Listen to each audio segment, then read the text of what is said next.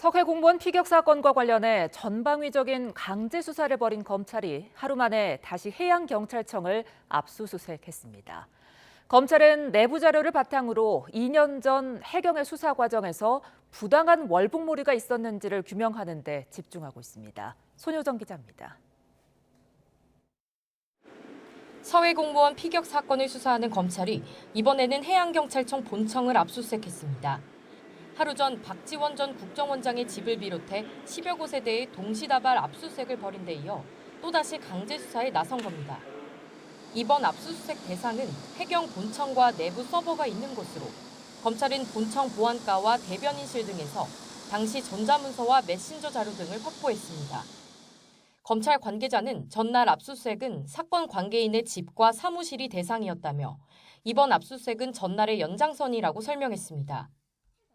앞서 해경은 재작년 9월 고 이대준 씨가 북한군에 피격된 지 일주일 만에 이 씨가 잦은 월북한 것으로 보인다는 중간 수사 결과를 발표했습니다. 주변 해역을 잘 알고 있었던 점, 그리고 표류 예측, 분석 결과 등을 종합하여 볼 때 실종자는 월북한 것으로 판단하고 있습니다.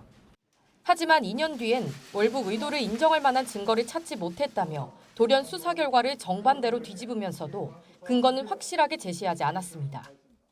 종합적인 수사를 진행했으나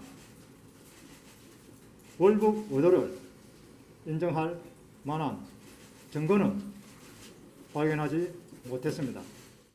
2년 전 해경이 잦은 월북 근거로 내세웠던 건 북한군 감청 첩보와 표류 예측 분석 결과, 이 씨의 도박빚 등이었습니다.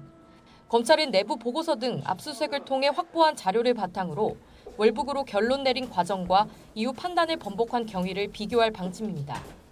또 상위 기관에 특별한 지시가 있었는지, 의사결정은 어떤 과정을 거쳤는지도 파악할 것으로 보입니다. 무엇보다 충분한 근거 없이 이 씨의 월북이 단정지어졌는지 밝히는 게 핵심입니다.